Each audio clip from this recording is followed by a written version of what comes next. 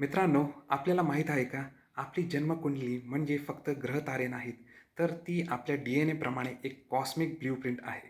जशी DNA आपल्या शरीराची वैशिष्ट्य ठरवते, तशीच कुंडली आपले मानसिक पॅटर्न आणि जीवनशैलीतील प्रवास ठरवते. सायन्स सांगतं की तुमच्या शरीरातील प्रत्येक पेशी DNA आहेत. त्यात तुमच्या आजोबांच्या, पणजोबांच्या अनुभवांचा ठसा आहे. त्यालाच सायकॉलॉजीमध्ये म्हणतात जनरेशनल मेमरी. ज्योतिषशास्त्र अगदी ह्याच गोष्टीला नवं घर आणि पितृदोषमधून दाखवतं. म्हणजे सायन्स जेव्हा म्हणतं की DNA आपल्या वर्तन ठरवतं, ॲस्ट्रॉलॉजी तेच सांगत असतं, पण एका वेगळ्या भाषेमध्ये.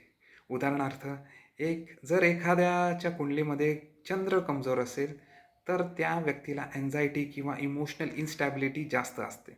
सायन्समध्ये यालाच जेनेटिक अँझायटी डिसऑर्डर म्हणतात. जर शनी खराब असेल, तर करिअरमध्ये डिले येतो. सायन्समध्ये याला पॅटर्न ऑफ प्रोक्रॅस्टिनेशन असं म्हणतात, जो कुटुंबातील वारसा म्हणून मिळतो. याचाच अर्थ असा की कुंडली हा कुठलाही ब्लाइंड बिलीव्ह नाही, तर त्या तुमच्या DNA प्रमाणेच एक एनर्जेटिक मॅप आहे. म्हणून ज्योतिषशास्त्र हे अंधश्रद्धा नाही, तर हजारो वर्षापूर्वी तयार झालेली एक प्राचीन सायन्स आहे. आज जी जेनेटिक्स आणि सायकॉलॉजीशी मॅच होते. जर तुम्हाला ॲस्ट्रॉलॉजी प्लस सायन्स अशा नव्या दृष्टिकोनाने शिकायचं असेल, तर माझं चॅनल सबस्क्राईब करा. कारण इथे मी फक्त हॉरोस्कोप नाही सांगणार, तर सायंटिफिक प्रूफसह ॲस्ट्रॉलॉजी शिकवणार आहे.